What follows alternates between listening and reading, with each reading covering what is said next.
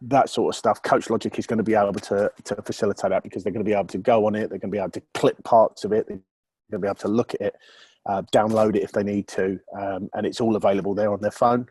And I think from a Generation Z perspective, that's what we really understood, especially from last year with the platform that we used last year, when we would check in on the sort of behaviours around how much are they watching videos in comparison to now.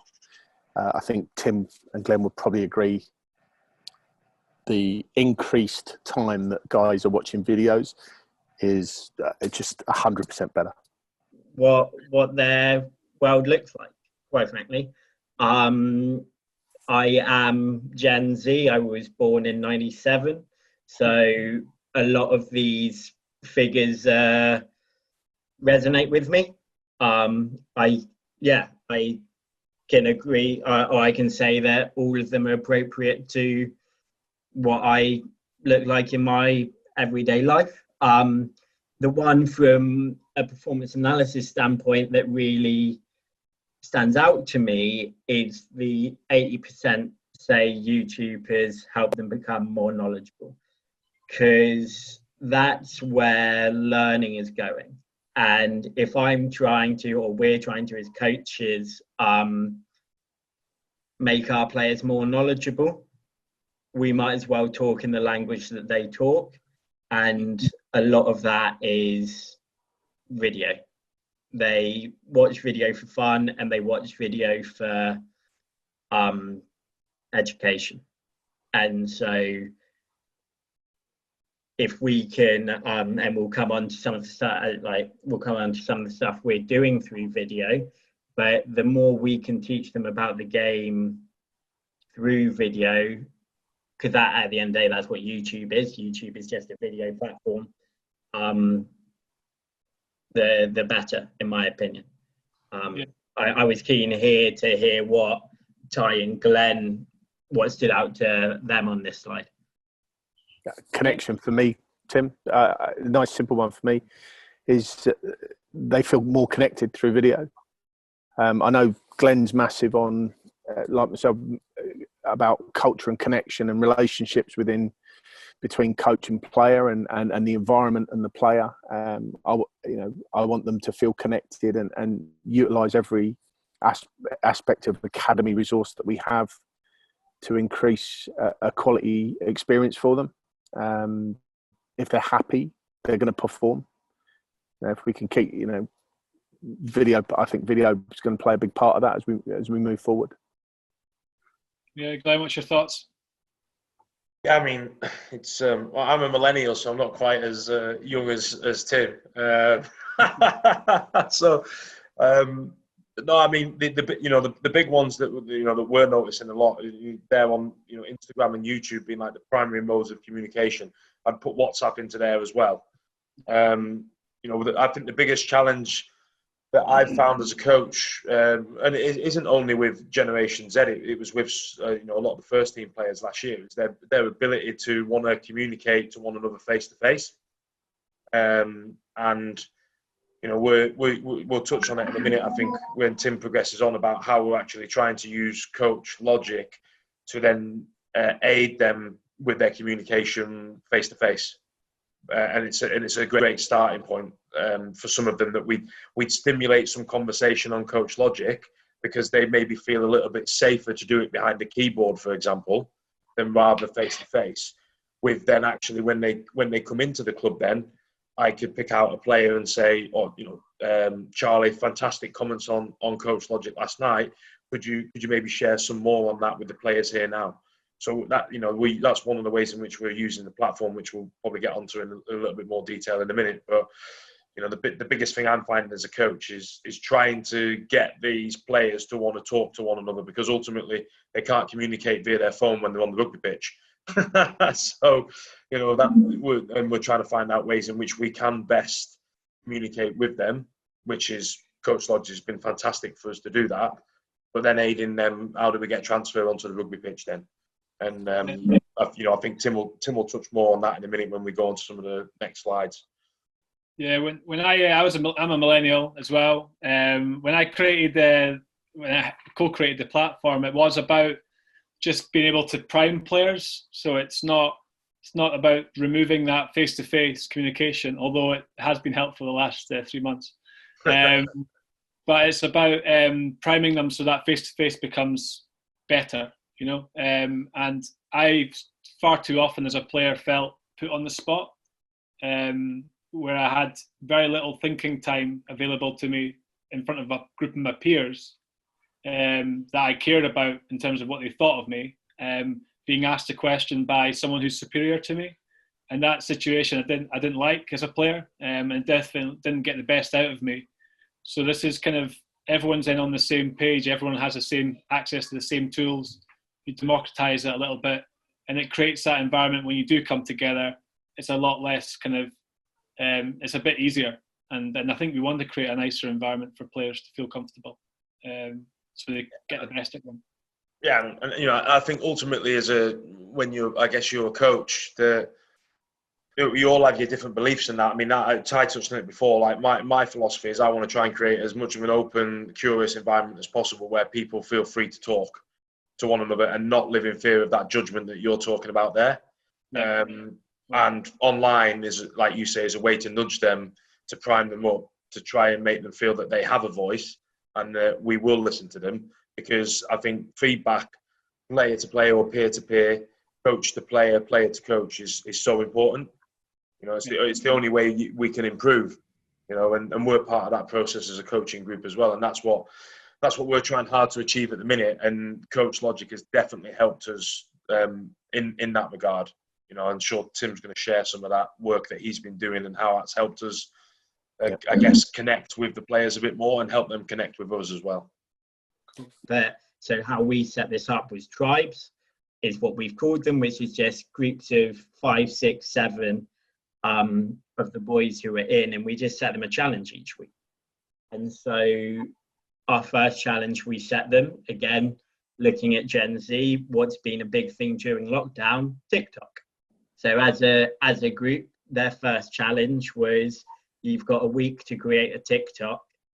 Come back to us, we'll watch them all on a Zoom meeting, and as coaches, we'll decide on the funniest, and as a team, you can decide on your funniest, and we'll rank them. And over the course of pre-season, however long pre-season is going to be, we will continue doing these challenges, these kind of challenges, and that and at the end of pre-season, the tribe that has scored the most points gets a dinner at Nando's, or whatever the prize is. So that was where this tribe environment has come from. The reason I speak about it in terms of Coach Logic is actually we've realized that, or we have used it to enhance boys' interaction with the platform. So one of our early challenges was, how many points can you score on Coach Logic from these different ways to score points? We actually messaged you, Mark, on what do you think the kind of ultimate Coach Logic user looks like? How do they interact? And we took what you said with what we wanted the boys to do and came up with a scoring system. And yeah, just over the week, we were like, for the more interactions you do effectively and the more ways you interact, you're going to score points for your tribe. The tribe that gets the most points at the end of the week comes top that week. And we also then rewarded the individuals. So 2 individuals got a meal voucher for a sandwich place down the road. And it was just, again, that week. You're selling it short, Tim. You're selling it very short. It's not just a sandwich place down the road. If the staff's favourite sandwich place, the staff are buying lunch, it's going to be from Grillville. On that, Mark, our biggest challenge at the start of our journey with Coach Logic was to change the player's perception that analysis is about a coach standing in front of a screen speaking to players about what the coach is noticing.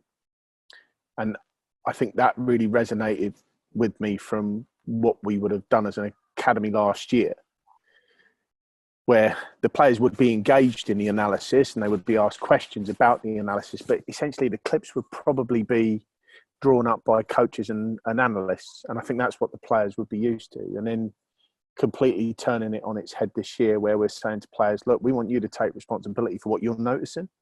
What is it you're seeing? And then challenge the coaches around it. And I think over the last, we noticed a sort of, the moment they started to see themselves on camera, that's the moment we started to see the spike in, they're really taking notice. Now we need to jump on the fact of, right, this is how to clip, this is how to put a playlist together.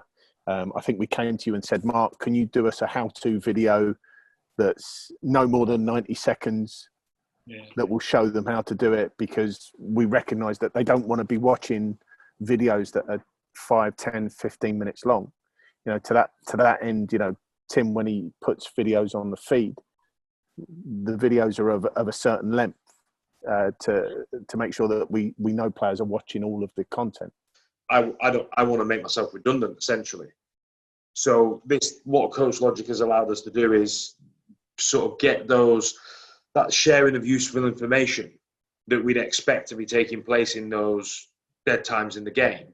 They're starting to do it online, and they're communicating on the platform. Obviously, what I want from a coach is that they then transfer that onto the pitch. But Coach Logic has provided the platform for us to be able to get those conversations going. And then hopefully we'll eventually see a shift where it transfers onto the field for us.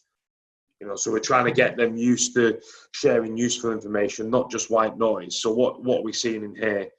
You know, how's that going to affect us? You know, running lines, for example, if we're running lines poorly in training, can they pick that up?